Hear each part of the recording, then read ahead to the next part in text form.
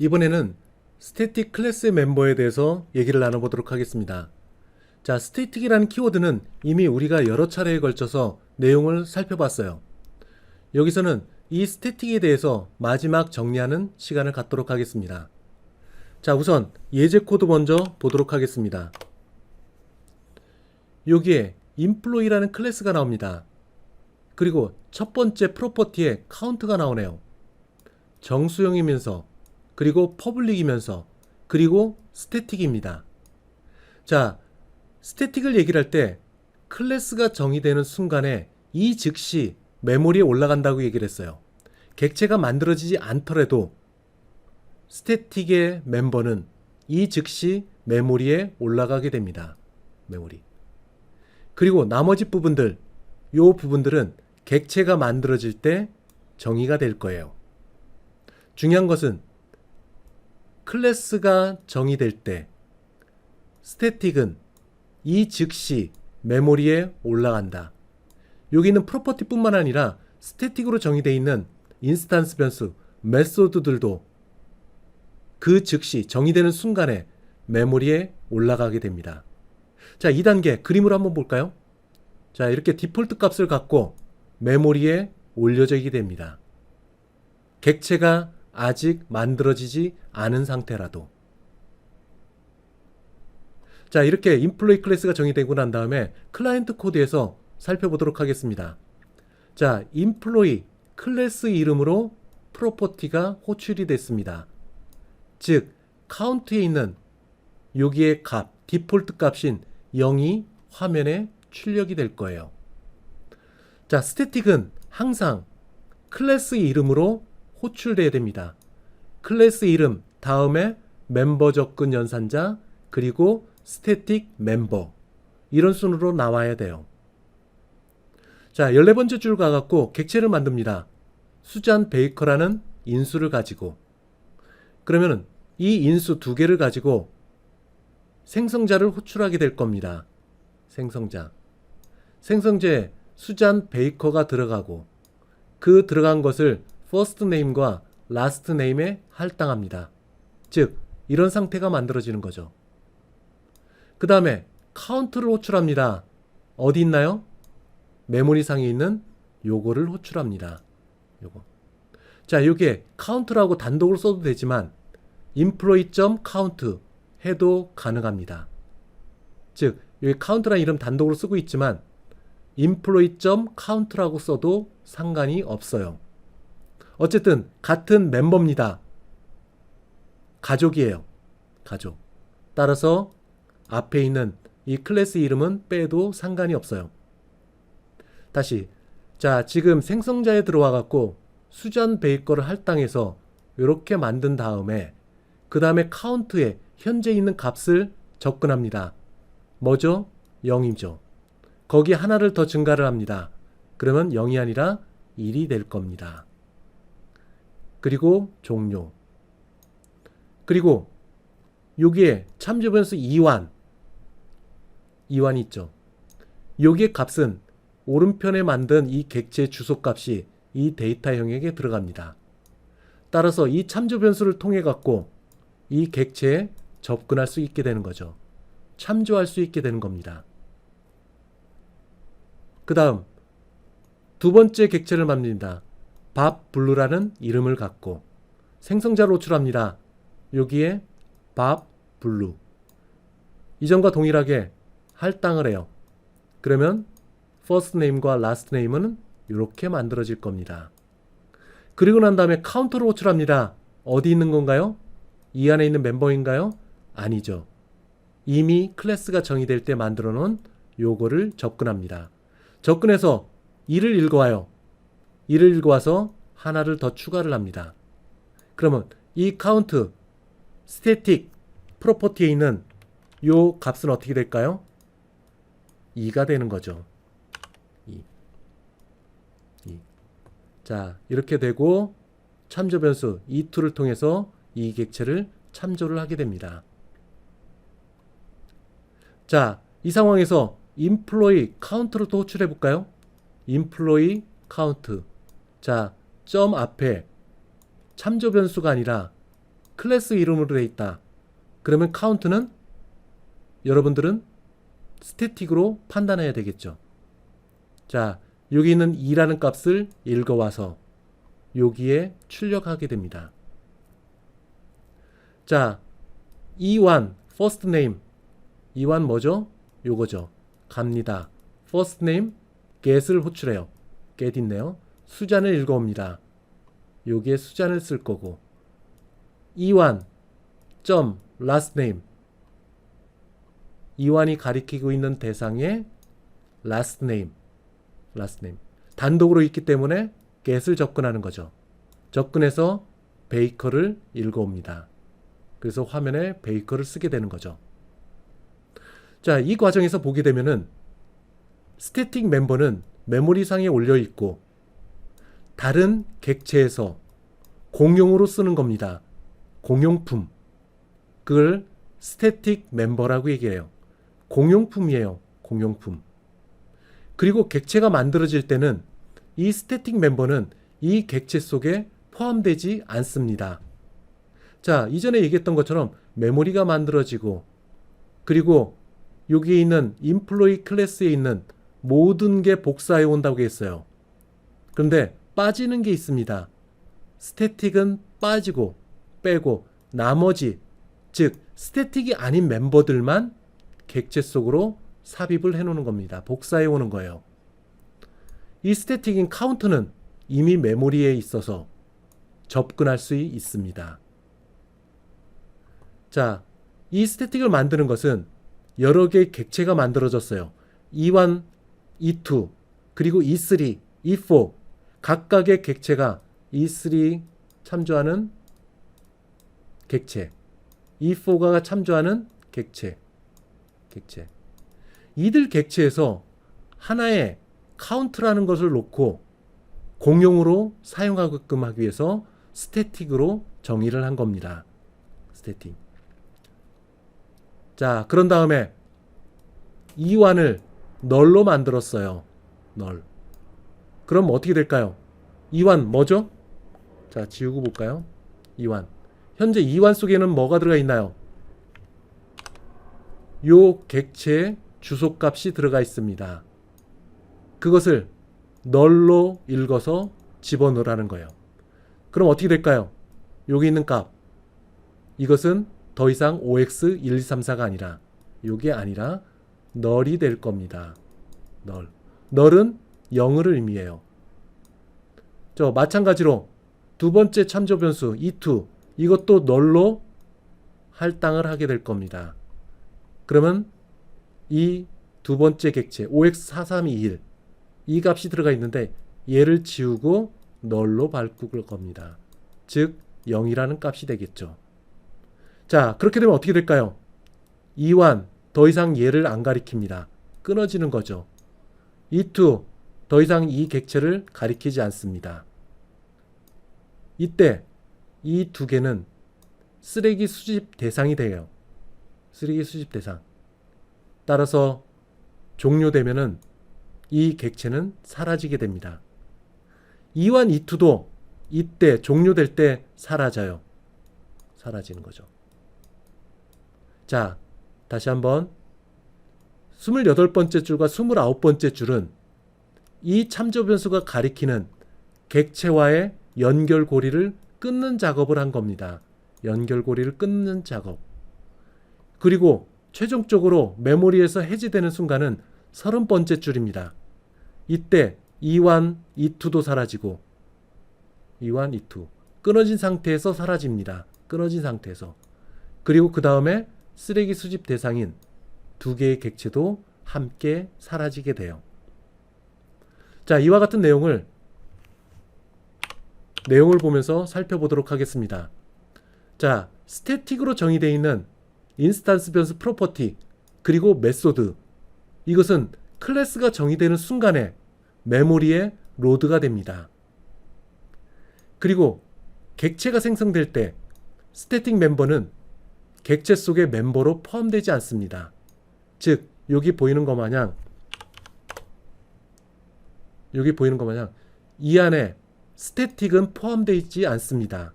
스태틱 멤버는 객체가 만들어진 이 내용물 속에 존재를 하지 않게 되는 거죠. 왜냐하면 이미 클래스가 정의될 때 메모리 수행에 올라갔기 때문에 객체 속에는 포함되지 않습니다. 자, 그리고 스태틱, 이것은 인스턴스 변수, 모든 객체에서 접근할 수 있습니다. 자, 스태틱 인스턴스 변수 프로퍼티, 메소드, 이런 것들은 여기에서 보는 바와 같이 객체 속에서 여기에 접근을 할 수 있게 됩니다. 접근을 할 수 있어요. 객체 속에서 얘 쪽으로는 접근할 수가 있습니다. 자, 스태틱 결국에는 클래스 차원에서 만드는 겁니다. 그래서 스태틱 변수를 호출할 때 우리가 어떻게 불렀나요? 클래스 이름으로 불렀습니다. 여기 보이는 것처럼 클래스 이름으로 스태틱 멤버를 호출했어요. 클래스 이름으로. 즉 클래스 차원이라는 얘기입니다. 클래스 차원. 자, 이렇게 스태틱으로 만든 것은 하나의 조각, 즉 스태틱 조각을 메모리에 올려놓고 다른 객체가 접근해서 공용품으로 사용할 수 있게끔 만들기 위해서 만든 것이 스태틱입니다. 스태틱. 즉 하나의 공간을 가지고 변수를 가지고 다른 객체들이 접근해서 사용할 수 있는 공용 공간을 만들기 위해서 스태틱으로 정의를 한 겁니다. 그리고 스태틱은 스태틱 키워드로 사용되고 있어요. 키워드가 삽입돼야 스태틱이 되는 겁니다. 자, 여기에 보이는 것처럼 스태틱이라는 키워드가 들어가야지 이 프로퍼티가 스태틱이 되는 겁니다. 자, 복사본, 공용품을 만들어 놓은 겁니다. 공유하기 위해서 만든 거예요. 다른 객체가 이 데이터에 접근해서 사용할 수 있게끔 만들기 위해서 스태틱을 사용하는 겁니다.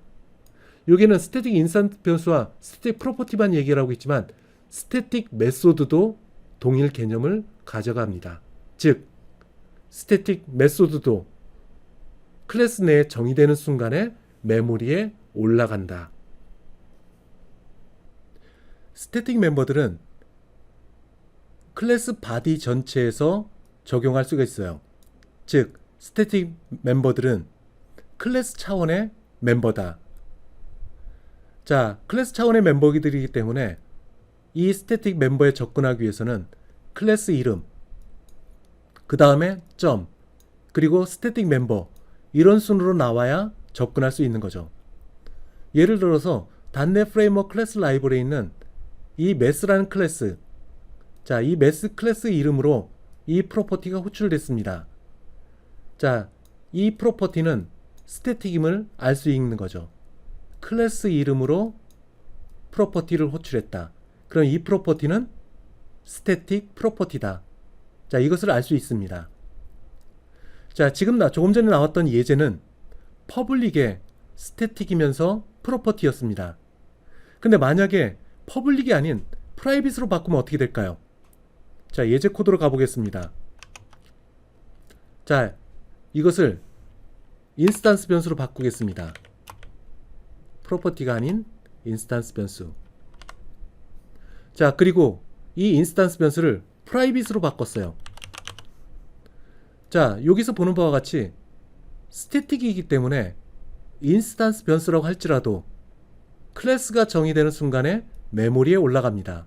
즉, 이 순간에 요 소문자로 된 인스턴스 변수 카운트는 메모리에 올라가 있습니다. 자, 그리고 여기에 이것도 바꿔야 되겠죠. 클래스 내에 있는 요 카운트도 소문자, 즉 여기에 액세스할 수 있도록 소문자로 바꿨습니다. 자, 보시는 바와 같이 스태틱 멤버는 클래스 전체에 걸쳐서 영향을 줄 수 있어요. 즉 여기 나와 있는 것처럼 스태틱 변수의 범위는 해당 클래스 바디 전체다. 즉 바디 전체에서 접근할 수 있습니다. 자, 클라이언트 코드로 가볼까요? 자, 여기 올려져 있는 이 카운트를 호출해 봅시다. 자, C 메모리에 올라가 있기 때문에 접근할 수 있는 거죠. 근데 컴파일 오류가 났습니다. 왜 그럴까요? 여기 있는 인스턴스 변수는 메모리에 올라간 건 분명합니다. 그렇지만 프라이빗이기 때문에 클라이언트에서 접근할 때 컴파일 오류가 생겨요. 자, 이것을 회피하는 방법이 뭐가 있을까요? 그러면 얘에 대해서 우회로 접근할 수 있는 퍼블릭의 스태틱 메소드를 만들면 됩니다. 자, 이렇게. 자, 이렇게 만들었어요. 자, 여기 보면은 프로퍼티예요. 퍼블릭 프로퍼티를 사용자 정의로 만들었습니다. get 접근자에서는 여기에 있는 카운트의 값을 읽어서 리턴해 줄 거예요. 그리고 값을 변경할 경우에는 여기에 값을 변경하는 set 접근자, 이거를 집어넣어 놨습니다. 자, 이 경우는 어떻게 될까요? 클래스가 정의되는 순간에 스태틱인 얘와 그리고 스태틱인 이 프로퍼티 모두 메모리에 올라가게 됩니다. 자, 여기에 다시 프로퍼티로 호출합니다. 퍼블릭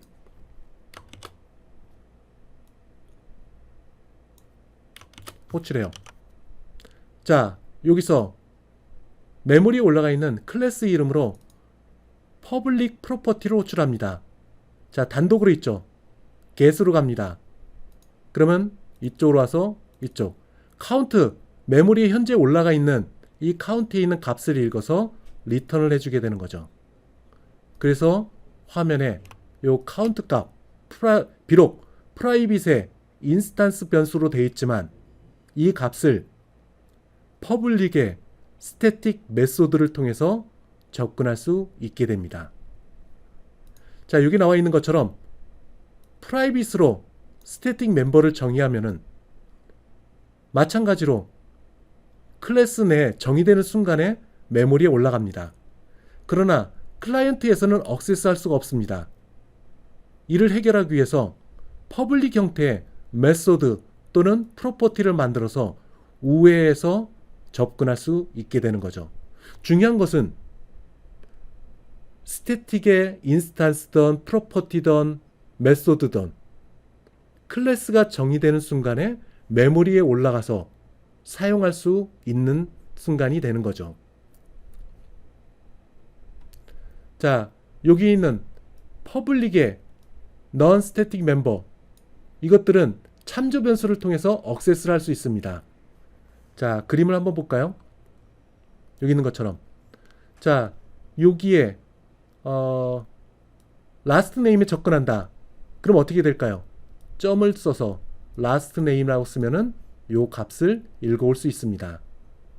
자, 퍼블릭이 아닌, 스태틱이 아닌 메소드는 참조 변수를 통해서 접근할 수 있어요. 자, 여기 있는 것처럼 퍼블릭이 아닌 메소드는 객체 속에 참조 변수를 통해서 객체 속의 멤버들을 접근해서 읽어올 수 있게 됩니다. 그러나 퍼블릭의 스태틱 멤버, 이건 참조 변수를 통해서 액세스하면은 컴파일 오류가 돼요. 컴파일 오류. 따라서 스태틱 멤버는 반드시 참조 변수가 아닌 클래스 이름으로 호출되어야 됩니다. 호출되어야 되는 것. 클래스 이름으로 스태틱 멤버를 호출한다. 자, 여기 나와 있는 것, 스태틱 멤버들은 클래스가 정의되는 순간에 메모리에 로드가 됩니다. 그 즉시 사용할 수 있는 거죠. 따라서 객체가 만들어지지 않았더라도 바로 사용할 수 있게 됩니다. 스태틱 멤버는 객체가 없는 경우에도 액세스할 수 있습니다. 자, 여기 보이는 것처럼 객체가 이 뒷부분에 만들어지고 있고 현재는 없지만 클래스 이름으로 스태틱 멤버를 호출할 수 있습니다. 자, 그리고 객체 속에서도 여기 보이는 바와 같이 스태틱 멤버에 접근하는 것은 OK. 그러나 만약 여기에 스태틱 메소드가 있다. 근데 이 메소드가 여기에 객체 속에 있는 first name, last name, 즉 스태틱이 아닌 멤버, 요거에 접근하려고 하면은 컴파일 오류가 생깁니다. 즉 안 되는 거죠. 다시 한번 객체에서 스태틱 멤버에 접근하는 것은 오케이. 그러나 스태틱 멤버가 객체 속에 있는 non 스태틱 멤버 접근하는 일은 안 됩니다. 자, 그런 내용이 여기 나와 있어요. 그리고 스태틱 메소드가 있습니다. 우리 조금 전에 코드로서 봤던 것. 즉 여기에 인스턴스 변수 프라이빗으로 되어 있는 스태틱 인스턴스 변수가 있습니다. 그리고 얘를 우회해서 접근할 수 있게끔 하는 퍼블릭의 스태틱 메소드 또는 프로퍼티가 있어요. 자, 이 메소드 또는 프로퍼티, 얘는 요 현재 있는 요것만 접근합니다. 즉 스태틱으로 되어 있는 멤버만 액세스 할 수 있어요. 다시 스태틱 메소드 또는 프로퍼티는 스태틱인 인스턴스 변수 또는 프로퍼티만 접근할 수 있습니다. 다른 누군가는 접근할 수는 없는 거죠. 객체 속에 있는 멤버는 이 프로퍼티 또는 메소드가 액세스 할 수 없습니다. 오로지 스태틱인 메소드 프로퍼티는 스태틱인 멤버만 접근할 수 있어요. 끼리끼리만 할 수 있습니다. 스태틱은 스태틱끼리 접근할 수 있게 됩니다. 자, 그런 내용이 여기 나와 있어요. 이 예제에 대한 전체적인 설명이 나오는 부분입니다. 즉, 객체가 몇 개가 만들어졌는지 그것을 계산하는 스태틱 프로퍼티인 카운트를 얘기를 하고 있습니다. 그리고 이 스태틱인 프로퍼티는 0으로 기본적으로 초기화가 됩니다. 자, 다음은 문자열을 저장하기 위해서 우리가 빈번하게 썼었던 스트링 클래스에 대해서 알아보도록 하겠습니다. 자, 예제 코드 여기 나오네요. 그동안에 우리가 어떻게 설명을 했냐면은 이 웰컴이라는 문자열을 이 name1이라는 변수에 저장한다고 표현을 했습니다. 그러나 이것은 틀린 얘기예요. 정확한 표현은 오른편에 이 문자열이 들어갈 수 있는 배열을 만듭니다. 배열 객체죠. 그 배열 객체를 name1이라는 참조 변수를 통해서 참조하게 되는 겁니다. 즉 그림을 그려보게 되면 이렇게 될 거예요.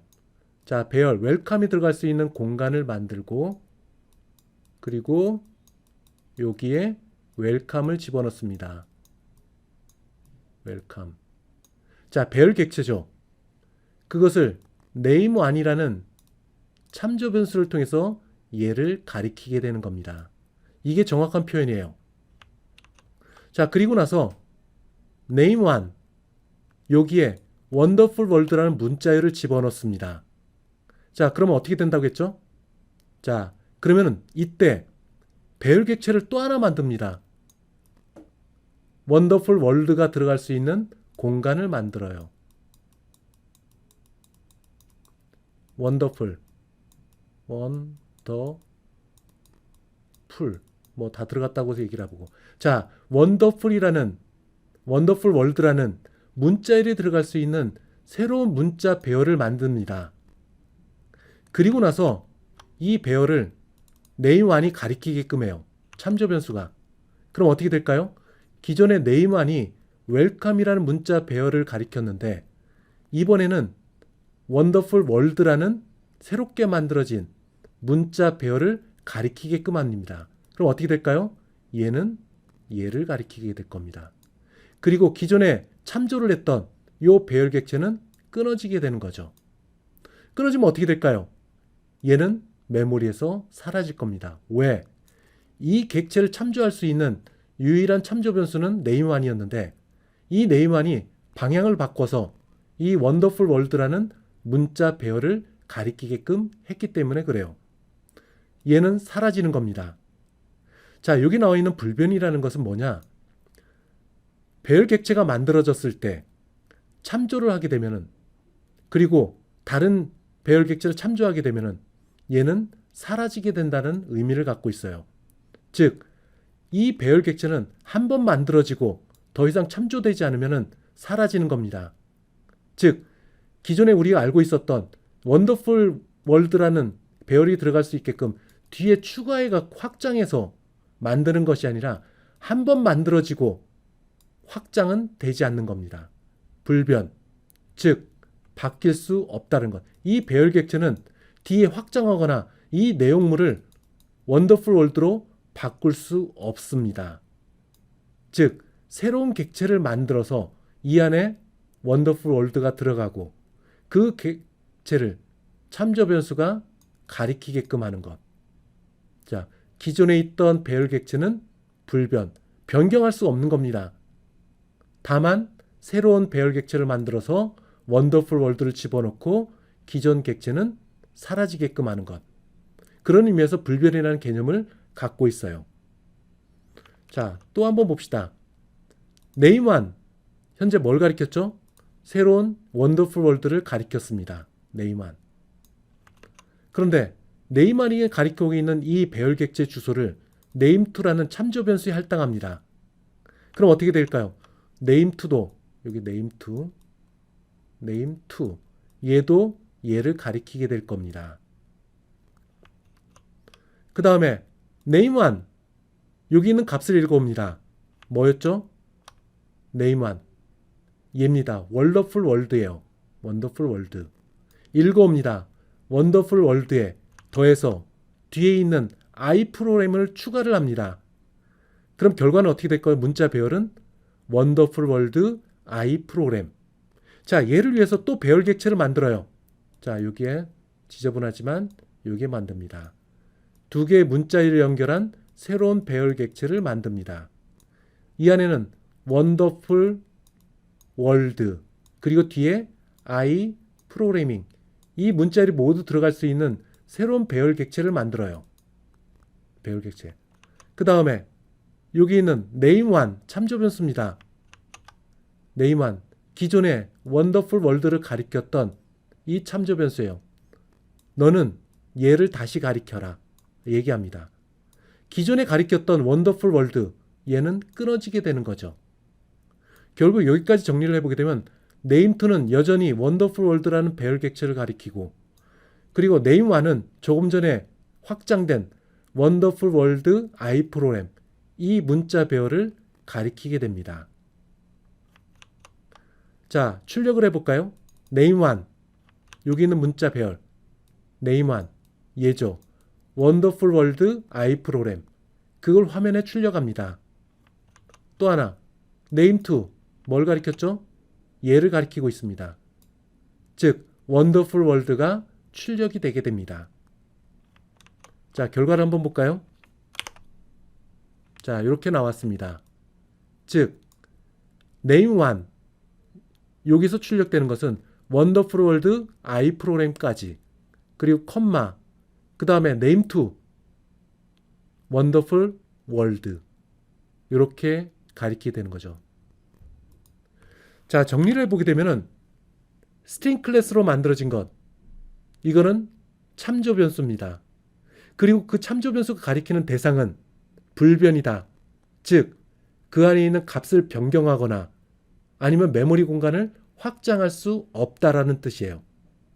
확장하고 또는 변경하는 것이 아니라 새로운 배열 객체를 만들어서 변경된 값 또는 확장된 값 이것을 수용할 수 있는 새로운 배열 객체를 만들고 그것을 스트링의 참조 변수가 가리키게끔 하는 겁니다. 자, 이 얘기는 9장에서 나왔던 요 리스트와도 같은 얘기예요. 여기 나와 있죠. 리스트는 메모리를 동적으로 확장할 수 있다라고 얘기를 했습니다. 그러나 실질적으로는 동적으로 확장하는 게 아니에요. 기존에 리스트가 있으면은 그 리스트에 수용할 수 있는 요소의 개수가 넘어서게 되면은 새로운 리스트를 만듭니다. 처음에 만들었던 리스트의 개수가 4개였다. 그러면 4개가 더 추가된 8개의 메모리 공간을 만들게 되는 거죠. 그리고 기존에 4개의 공간에 있었던 요소를 이 8개의 공간으로 복사를 해 놓습니다. 그리고 새로운 요소가 들어갔을 때 그것을 뒤에 추가를 하게 되는 거죠. 그리고 기존에 있던 리스트는 어떻게 될까요? 메모리에서 사라지게 되는 겁니다. 자, 결론적으로 얘기하면 메모리는 스스로 확장하지는 않습니다. 단지 수용 범위를 벗어나거나 아니면 스트링 클래스와 같이 내용이 바뀌게 되면은 새로운 배열, 새로운 리스트로 만들게 되는 거죠. 그리고 기존에 있던 것은 소멸되게 됩니다. 다시 한번 정리해 보면은 메모리는 스스로 확장하진 않습니다. 자연적으로 증가되진 않아요. 단지 증가되는 것처럼 보이기 위해서 새로운 더 큰 크기 또는 새로운 값을 갖고 있는 배열, 이것을 또다시 만들어서 참조 변수가 가리키게끔 하는 겁니다. 다음은 read only라는 키워드에 대해서 알아보도록 하겠습니다. 우선 여러분들이 객체 지향 프로그램 책들을 보게 되면은 최소 권한의 원칙이라는 게 나옵니다.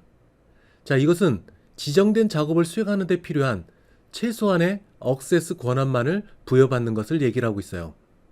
자, 여러분들이 문서 작업을 하고 있습니다. 그리고 그것을 DB에 올려놓을 거예요.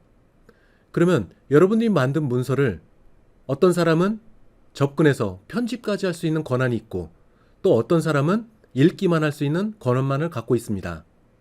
자, 이것처럼 객체 속에 있는 데이터를 저장하는 곳, 대표적으로 인스턴스 변수와 프로퍼티에 해당되겠죠. 자, 이 인스턴스와 프로퍼티에 어떤 경우에는 읽고 쓸 수 있는 권한을 부여하고 또 어떤 경우에는 읽기만을 부여하는 것, 이것이 최소 권한의 원칙입니다. 자, 이 원칙 속에서 두 개의 키워드가 대표적으로 나와요. 첫 번째는 const라는 키워드입니다. 두 번째는 read only라는 키워드예요. 자, 두 개의 차이점을 예제를 통해서 살펴보도록 하겠습니다. 자, 여기 데이트 클래스 내에는 우선 const로 정의되어 있는 매직 넘버라는 것이 퍼블릭으로 선언되어 있습니다. 그리고 일반 인스턴스 변수 두 개. 그런데 이걸 모두 퍼블릭으로 지정해 놨습니다. 그 다음에는 프로퍼티가 나오네요. 근데 이 프로퍼티 속에는 접근자가 get만 있습니다. 즉, getter 전용 자동 구현 프로퍼티에 해당되겠죠. 자, 선언된 지점에서는 모두 값을 초기화를 할 수 있습니다. 자, 그 다음에 데이터라는 생성자 쪽으로 들어갑니다. 여기서는 우선 기존에 여기에 설정된 값이 제대로 출력되는지 확인하기 위해서 write라는 명령문을 썼어요. 즉, month, day, year. 이거를 화면에 출력하게 될 겁니다. 그리고 나서 여기에 있는 매개 변수를 통해서 프로퍼티의 값들을 다시 변경을 하게 될 거예요. 자, 그 다음에 printout이라는 메소드가 나옵니다.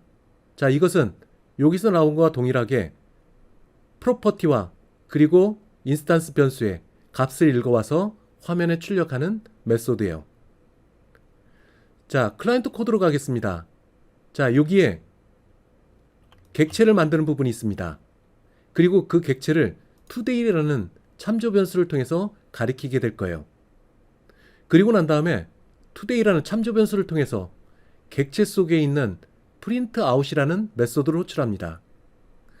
그리고 나서 이 참조 변수를 통해 month, 즉 퍼블릭으로 되어 있는 이 인스턴스 변수에 접근해서 값을 12와 그리고 day는 25로 바꾸게 될 거예요. 그 이후에 마지막에 다시 printout을 호출해서 변경된 인스턴스 변수와 프로퍼티의 값을 화면에 출력하게 될 겁니다. 자, 출력 결과를 한번 볼까요? 자, 이렇게 나왔습니다. 자, 우선 여기서 객체가 만들어지면서 여기에 인수를 가지고 생성자를 호출합니다. 자, 여기로 들어오겠죠. 요 생성자 쪽으로 들어오게 됩니다. 그런데 이미 객체 속에는 다음과 같은 값들로 초기화가 되어 있는 상태예요. 자, 초기화가 되어 있는 상태에서 writeLine 화면에 출력합니다. 뭐 여기에 5, 5, 1900 이런 값들이 화면에 출력되겠죠. 자, 첫 번째 줄에 나오는 부분입니다.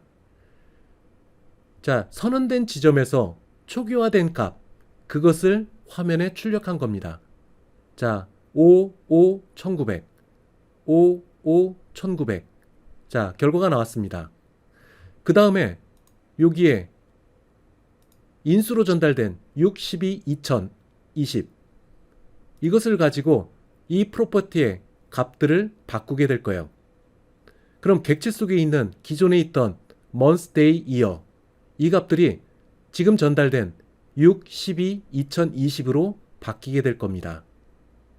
자, 객체가 만들어지고 그 객체를 참조 변수인 today로 가리키게 됩니다.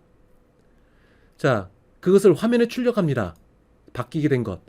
자, 여기 보이는 바와 같이 6, 12, 2020 즉 생성자에게 보낸 이 인수값이 기존에 있던 이 값들로 이 값들을 모두 변경했습니다.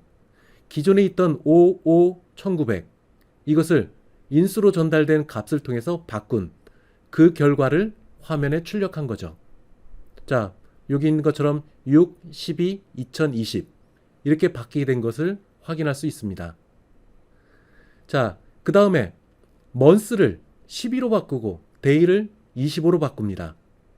객체 속에 있는 month라는 인스턴스 변수 그리고 day라는 인스턴스 변수 그걸 이 값들로 바꾸게 될 거예요. 자, 그렇지만 year는 바꿀 수가 없습니다. 왜냐면은 여기에 getter 저종입니다. 즉 set이 없기 때문에 여기에 보시는 바와 같이 today year 요거를 1988 이렇게 바꾸면은 컴파일 오류가 생깁니다. 왜냐면은 year는 프로퍼티입니다. 여기 있는 것처럼 프로퍼티. 자, 할당 연산자의 왼편에 있기 때문에 get으로 가야 됩니다. 근데 year에는 get이 없어요. 아니, set이 없습니다. set이 없기 때문에 컴파일 오류가 생기는 거죠. 거꾸로 얘가 만약에 오른편에 있다. 자, 보시는 바와 같이 그리고 이 값들을 받는 num이라는 게 있습니다. 이 경우는 가능하죠. 자, year는 getter 전용 프로퍼티입니다. get만 있는 거예요. 할당 연산자의 오른편에 프로퍼티가 있습니다. 그러면은 get으로 가겠죠. 자, get은 존재하기 때문에 오류 없이 정상적으로 수행됩니다. 자, 얘기를 했고. 자, 출력 결과, 마지막 출력 결과 month 12, day 25 그리고 year는 바꾸지 않은 상태입니다. 바꿀 수가 없었죠. 자, 출력 결과를 볼까요? 12, 25 그리고 기존에 있던 2020 그대로 화면에 출력이 됐습니다. 자, getter 전용 프로퍼티는 클라이언트에서 값을 바꿀 수 없어요. 왜냐면은 set이 없고 get만 있기 때문에 그렇습니다. 자, 내용으로 들어가서 요게 매직 넘버는 const로 정의되어 있습니다. const는 반드시 선언된 지점에서 값을 초기화를 해야 돼요. 자, 여기서 만약에 매직 넘버를 바꿔볼까요? 여기서 999로 바꿔보겠습니다. 컴파일 오류가 생깁니다. 왜냐하면 상수는 바꿀 수 없기 때문에 오류가 되는 거예요. 즉, const라고 지정된 요 상수는 선언된 지점에서만 초기화를 할 수 있습니다. 자, 그 다음에 여기에 인스턴스 변수가 있습니다. 퍼블릭으로 되어 있는 두 개의 인스턴스 변수가 있어요. 자, 그것을 read only로 바꿔보겠습니다. 두 개를 다 read only 두 개로 바꿨습니다. read only. 자, read only 읽기만 해야 된다 라고 설정한 겁니다. 자, 여기서 선언된 부분에서 초기화를 했어요. 그런데 여기서 생성자 쪽에서 읽기만 할 수 있는 이 month와 day의 값을 변경을 했습니다.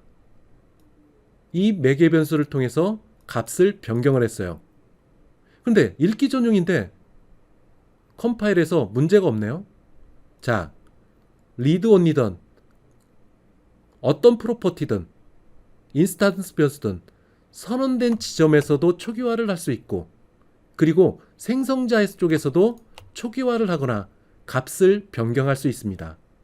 비록 두 개의 인스턴스 변수가 리드 온리라고 하더라도, 읽기만 한다고 하더라도 생성자에서는 값을 바꿀 수가 있어요. 그래서 이 결과를 한번 볼까요? 자, 요거는 커맨드로 바꿔놓고, 자, 바꿔진 결과, 요 결과와 동일한지 살펴보도록 하겠습니다. 자, 동일하죠? 동일한 결과가 나왔습니다. 동일한 결과가 나왔어요. 여기와 기존에 리드 온리로 바꾸기 전과 두 줄, 리드 온리로 바꾼 후 두 개의 결과는 똑같이 나옵니다. 자, 프린트 아웃 했을 때 여기에 입력된 값들이 변경된 상태로 화면에 나오고 있어요. 자, 그렇다면 리드 온리에 적용된 결과와 비포와 애프터가 모두 동일합니다. 자, 차이점은 뭔가요? 자, 여기 코멘트 문으로 묶은 이거를 풀어보도록 하겠습니다. 여기서 오류가 난 거예요. 여기서. 즉, 리드 온리로 돼 있는 이 두 개의 멤버는 클라이언트에서 변경할 수 없도록 막아놓은 겁니다. 물론 이거는 값을 읽어서 화면에 출력은 할 수 있어요. 읽을 수는 있습니다. 그러나 지금 보는 것 마냥 클라이언트, 즉 참조 변수를 통해서 억세스를 해서 이 인스턴스 변수의 값을 12로 바꾸는 것 안 됩니다. 자, 그래서 리드 온리는 읽기만 하는 거예요. 즉 클라이언트 관점에서 읽기만 할 수 있다는 것을 명시를 하는 겁니다. 자, 그렇지만 이 생성자 쪽에서는 변경할 수 있다. 정리를 해보겠습니다. 콘스트라고 돼 있는 이 상수는 반드시 선언된 지점에서만 값을 초기화를 할 수 있어요. 나머지 부분에서 이 매직 넘버의 값을 바꾼다. 안 됩니다. 여기 있는 클라이언트에서도 바꿀 수가 없어요. 자, 리드 온리 같은 경우는 선언된 지점에서도 초기화를 할 수 있고, 그리고 생성자 쪽에서 값을 바꿀 수도 있습니다. 그렇지만 클라이언트 코드에서 값을 읽어서 변경하는 것 안 됩니다. 두 개의 차이점이에요. 자, 여기 나와 있는 것처럼 컨스트 키워드는 선언된 지점에서만 반드시 초기화를 할 수 있습니다. 그 이후에는 절대 값을 어느 곳에서든 변경할 수 없습니다. 리드 온리 키워드는 생성자 내부에서는 값을 할당마다 변경할 수 있어요. 물론 선언된 지점에서도 값을 초기화를 할 수 있습니다. 그렇지만 클라이언트 쪽에서 참조 변수를 통해서 이 인스턴스 변수 여기에 접근해서 변경하려면 컴파일 오류가 생깁니다. 즉 생성자 이외의 다른 메소드에서는 이 리드 온리 키워드로 들어가 있는 인스턴스 변수 절대 변경할 수 없습니다. 자, 관례에 따라서 상수도 파스칼 명령 규칙을 사용합니다. 그리고 리드 온리도 파스칼 명령 규칙, 즉 대문자로 시작하는 변수 이름으로 설정하게 됩니다. 자, 바디 내부에서는 리드 온리 이 변수에 대해서 값을 변경할 수 있어요. 즉 생성자가 내부에서, 바디 내부에서 변경, 즉 생성자가 끝나기 전까지는 언제든지 바꿀 수 있습니다. 그렇지만 그 외의 지역, 이쪽에서는 리드 온리 변수에 대해서는 값을 변경할 수 없게 됩니다. 자, 만약에 리드 온리 변수에 대해서 선언된 위치 또는 생성자 내부에서 값이 초기화되지 않으면 기본적으로 디폴트 값을 할당받게 됩니다. 우선 학기 초에 우리가 앱을 만드는 과정을 두 단계로 설명을 했습니다. 첫 번째 단계는 소스 코드의 문법적인 오류를 체크하는 컴파일 과정, 그리고 그 컴파일 과정이 통과되면 오브젝트 파일이 만들어집니다. 그 오브젝트를 여러 개의 라이브러리와 링크를 하고 빌드를 해서 실행 파일로 만드는 자, 그 두 개의 과정으로 설명을 하고 있어요. 자, 컨스트 멤버는 컴파일 과정에서 값을 할당받습니다. 자, 이전 코드로 한번 가볼까요? 자, 여기 777 매직 넘버라는 상수가 있습니다. 즉, 여기 있는 777이 이 매직 넘버에 결정돼서 들어가는 거죠. 그래서 이 결정된 값을 갖고 컴파일이 수행되게 됩니다. 상수는 컴파일 과정에서 확정된 값을 갖고 값을 초기화를 하는 거죠. 그 반면에 리드 온리 같은 경우는 실행 과정에서 초기화를 합니다. 즉, 객체가 만들어지고 객체 속에 있는 생성자가 호출됐을 때 그때 값이 초기화되게 되는 거죠. 그런 초기화를 목적으로 할 경우에 리드 온리라는 키워드를 씁니다. 다시 한번, 리드 온리는 프로그램이 실행될 때, 즉 빌드돼서 실행 파일이 만들어질 때, 그때 생성자를 호출해서 생성자에서 리드 온리의 값을 초기화를 할 경우에 그때 사용하게 됩니다. 자, 예를 들어 보겠습니다. 데이터라는 클래스 속에는 어레이라는 참조 변수가 있습니다. 이 참조 변수가 가리키는 대상은 배열 객체가 될 거예요. 그리고 리드 온리로 설정되어 있습니다.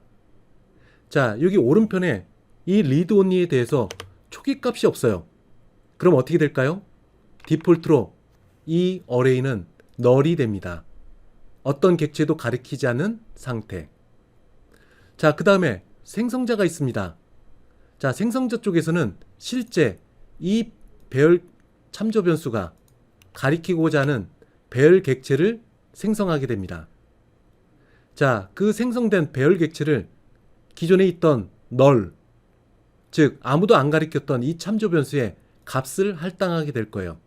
즉 이쪽 배열 객체의 주소를 이쪽 어레이라는 참조 변수에 할당하게 될 겁니다.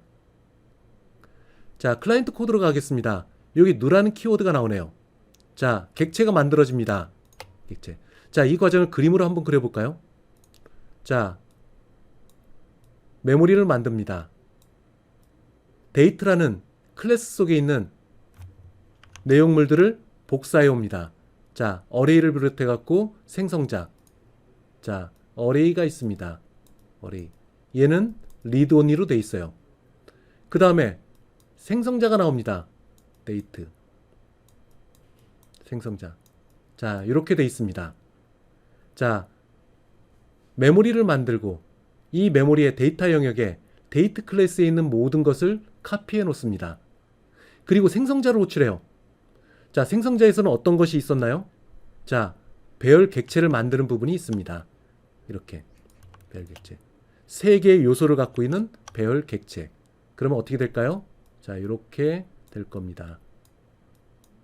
그리고 이 안에 1, 2, 3. 자, 이 배열 객체를 여기 보는 것처럼 어레이가 가리키게끔 합니다. 참조 변수 어레이 여기 있죠. 얘가 얘를 가리키게 될 겁니다. 자, 그리고 나서 여기에 참조 변수 테스트 데이트. 자, 이거를 통해 갖고 조금 전에 만든 이 객체를 가리키게 될 거예요.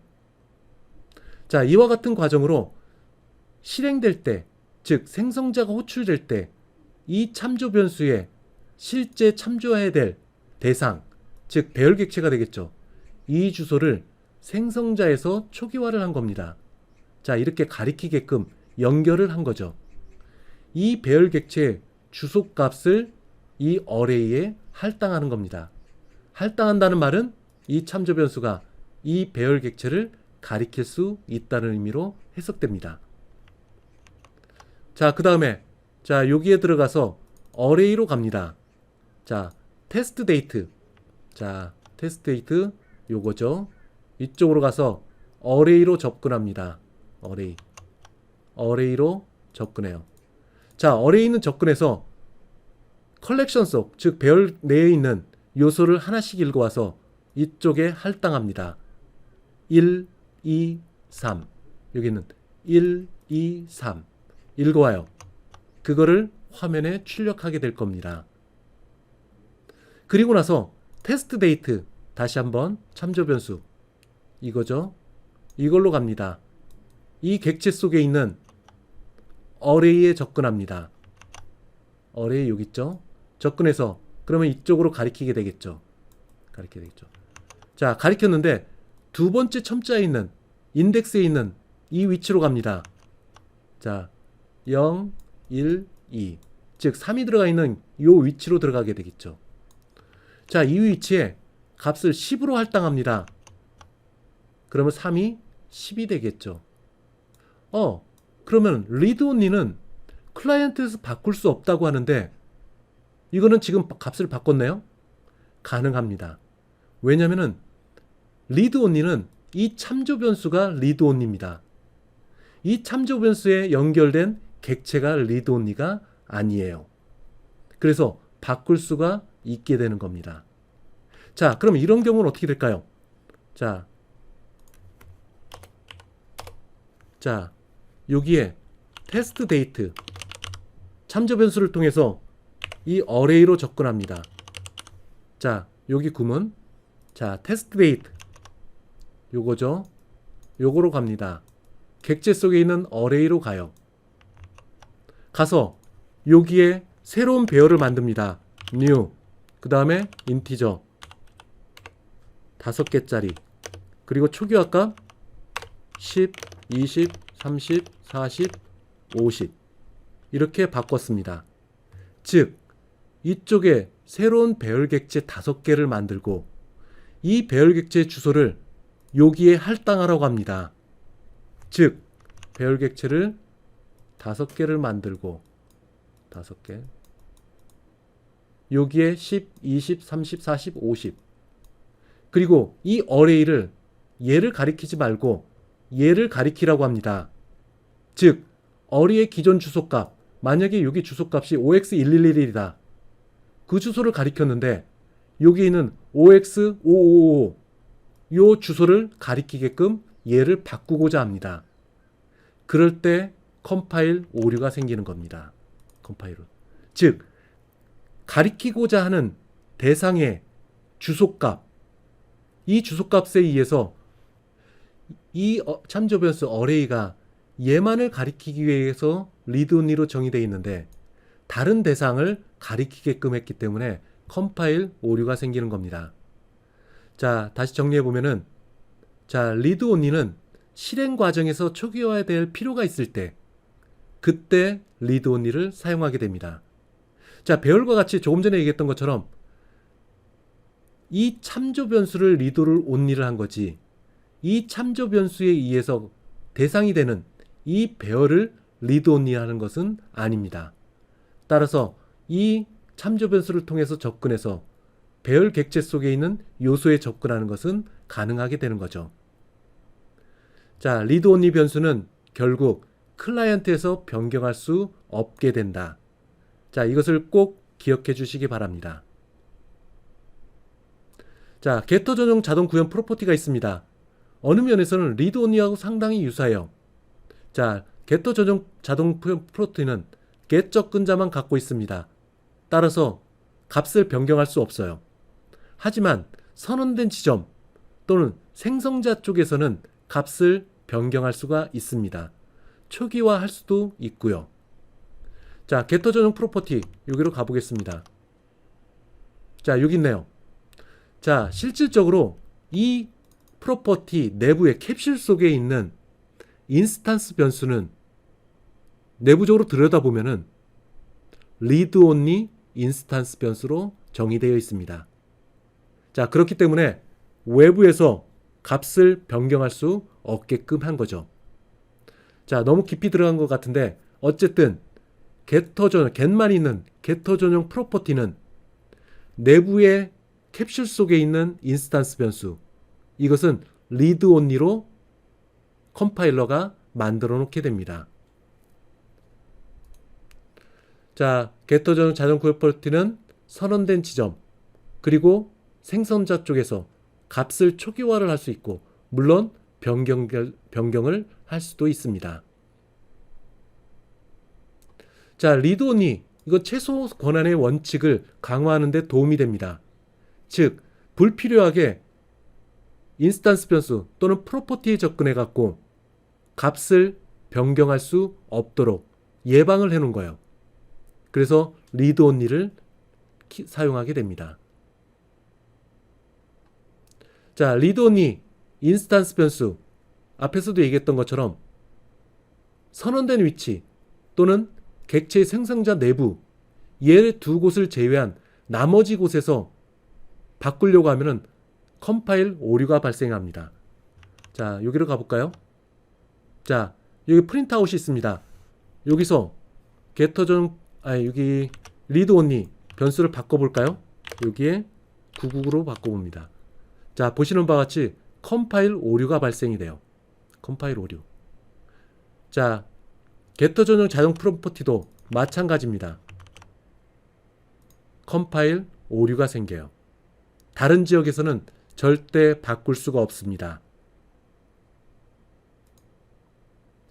앞에서도 얘기했던 것처럼 read only 키워드는 선언된 지점 또는 생성자 쪽 이 두 곳을 제외한 나머지 곳에서는 절대 값을 바꿀 수 없게끔 하는 겁니다.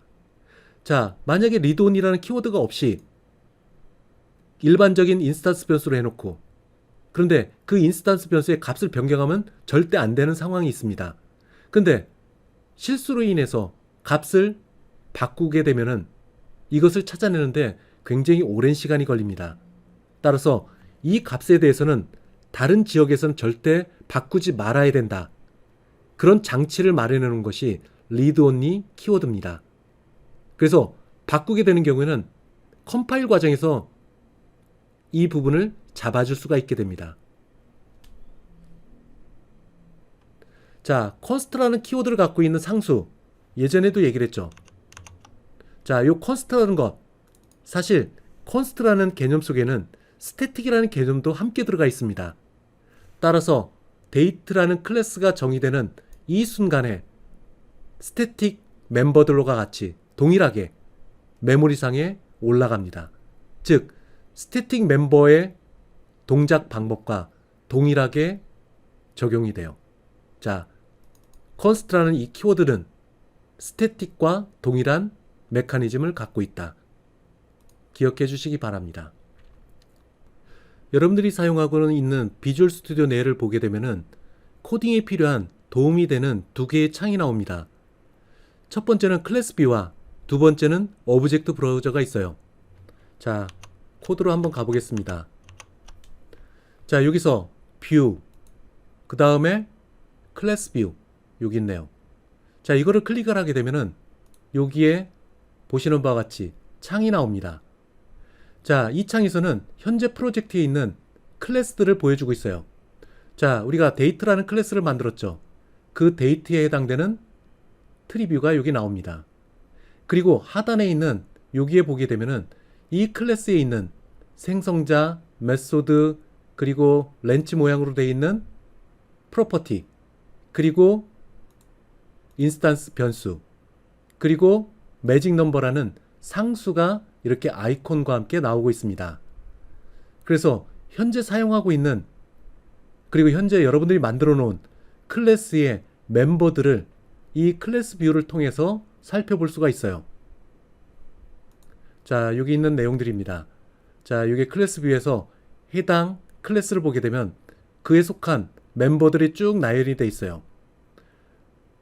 여기에 정육면체로 되어 있는 것, 이것들은 메소드입니다.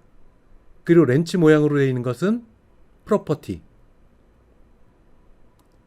자, 여기에 계층적인 구조, 조금 전에 얘기했던 것처럼 렌치 모양으로 되어 있고, 만약에 프라이빗 멤버가 있을 경우에는 자물쇠 모양 쪽 요 모양으로 표시가 됩니다. 자, 이것을 보고 여러분들이 작성하고 있는 클래스의 내용물들이 어떻게 되어 있는지, 멤버들이 어떻게 되어 있는지 이런 것을 한눈에 볼 수가 있어요. 다음은 오브젝트 브라우저입니다. 이 오브젝트 브라우저는 여러분들이 프로그램 공부를 할 때도 매우 도움이 돼요. 자, 코드로 가서 여기 뷰에 가서 오브젝트 브라우저가 있습니다. 이것을 클릭하면 다음과 같은 창이 나옵니다. 여러분들이 필요로 하는 것 찾고 싶을 때 여기 검색 부분 여기에 단어를 입력하면 해당되는 내용들이 검색됩니다. 저는 지금 math라는 키워드를 통해서 math 클래스를 찾은 거예요. 자, 여기 보이는 것 마냥 math 클래스는 시스템이라는 네임스페이스 아래에 있는 겁니다. 그리고 math 클래스는 다음과 같은 메소드를 갖고 있어요. 그리고 이 하단에는 math 클래스의 전반적인 요점이 나와 있습니다. 자, 여기서 math 클래스에 있는 것 가운데 max라는 여기에 메소드로 가보겠습니다. 그럼 여기 보게 되면 max라는 메소드에 정의된 결과를 볼 수 있어요. 자, max라는 메소드는 스태틱이다. 그리고 퍼블릭이다. 그리고 리턴 타입은 바이트 타입으로 나온다. 자, 이 경우에 여기에 메소드는 두 개의 매개 변수를 갖고 있다. 첫 번째 매개 변수는 바이트 타입, 두 번째 매개 변수도 바이트 타입. 자, 이것을 보면서 각각의 메소드, 이것을 어떻게 써야 될지 선언되어 있는 내용물들을 이 하단에서 확인할 수 있습니다. 즉, 이 메소드에 대한 전반적인 요약, 그리고 매개 변수, 자, 매개 변수가 여기 쭉 있죠. 그 리턴 타입, 리턴 값, 그리고 예외 처리, 이런 부분까지 상세하게 나와 있습니다. 자, 이 오브젝트 브라우저를 통해서 여러분들이 필요로 하는 클래스 또는 메소드, 이것을 찾아서 여기에 사용법에 따라서 여러분 코드에 적용을 할 수 있는 거죠. 자, 이런 오브젝트 브라우저를 통해서 여러분들이 공부하는 데 도움이 됐으면 좋겠습니다. 자, 조금 전에 나온 내용이에요. 자, 여기에 해당되는 메소드가 나오고 이 메소드의 전반적인 요약, 그리고 메소드가 어떻게 선언되어 있는지 나오는 것. 여기서는 flow라는 메소드를 얘기를 하고 있습니다. 스태틱이고 퍼블릭이다. 그리고 리턴 타입은 더블이고 이 안에 있는 매개 변수는 하나. 그것은 더블 타입이다. 자, 이런 것들을 보고 여러분들 공부하는데 참고를 했으면 좋겠습니다. 자, 여기 매스 클래스 나열되어 있는 조금 전에 설명한 내용들이 여기에 나오네요. 그래서 이 오브젝트 브라우저는 여러분들이 공부를 할 때 매우 도움이 되는 훌륭한 도구라고 얘기를 하고 있습니다. 지금까지 우리는 객체를 만들면서 객체 속에 있는 인스턴스 변수와 프로퍼티, 이것을 초기화를 하기 위해서 생성자를 사용했어요. 즉, 생성자가 호출되면서 인스턴스 변수와 프로퍼티의 값을 초기화를 할 수 있었습니다. 근데 여기에서는 객체 이니셜라이저를 써서 또 다른 초기화 방법을 제시를 하고 있어요. 자, 예제로 가보겠습니다. 자, 여기에 hour, minute, second라는 프로퍼티가 있습니다. 이 값의 초기화를 위해서 생성자가 준비되어 있습니다. 즉, 매개 변수로 온 값을 이 프로퍼티의 값을 할당하면서 객체 속에 있는 hour, minute, second가 초기화될 거예요. 자, 객체를 만드는 과정입니다. new를 써서 여기에 1, 2, 3이라는 값을 갖고 초기화를 할 거예요. 그리고 그것을 참조 변수 t로 참조를 하고 그것을 화면에 출력하는 겁니다. 자, 결과를 한번 볼까요? 컨트롤 F5. 자, 그러면은 조금 전에 보았던 것처럼 여기에 1, 2, 3이라는 인수를 갖고 객체가 만들어지면서 생성자가 호출되겠죠. 그리고 이 인수를 갖고 값들을 초기화를 하게 될 겁니다. 그리고 그것을 출력을 하게 되면은 지금과 같은 1시 2분 3초 요 값으로 화면에 출력이 될 거예요. 자, 이것은 지금까지 해왔던 객체 내부에 있는 인스턴스 변수와 프로퍼티를 초기화하는 방법입니다. 여기 하나 더, 객체 이니셜라이저를 이렇게 쓸 수가 있어요. 자, 브레이스를 사이에 두고 각각의 프로퍼티, 즉 객체 속에 있는 hour, minute, second, 이거를 1대1로 지정을 하는 겁니다. hour에는 9가 들어가고 minute에는 30이 들어가고 second에는 50이 들어가게끔 하게 됩니다. 그러면 이게 어떻게 처리되느냐? 자, 객체를 만들고 난 이후에 생성자가 호출되면서 1, 2, 3을 통해서 여기 있는 hour, minute, second가 1, 2, 3이 됩니다. 자, 그것이 끝나고 난 다음에 여기에 객체 이니셜라이저를 통해서 다시 한번 값을 변경하게 돼요. 기존에 있던 1이라는 값을 9로 바꾸는 것, 기존에 있던 2의 값을 30으로 바꾸는 것, 기존에 있던 3이라는 값이 있었던 세컨드, 이걸 50으로 바꾸게 됩니다.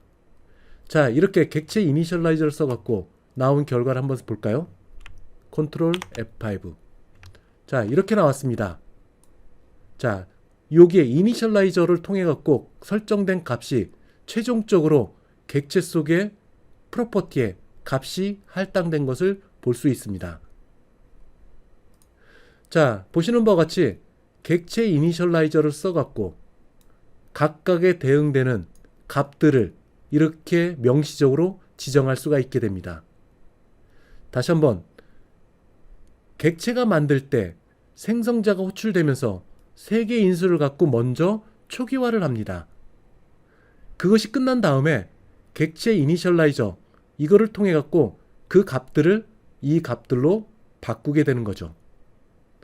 자, 여기 나와 있는 것처럼 3개의 인수가 전달돼서 생성자 쪽에서 초기화를 하겠지만 객체 이니셜라이저를 통해서 다시 한번 값을 변경하게 됩니다.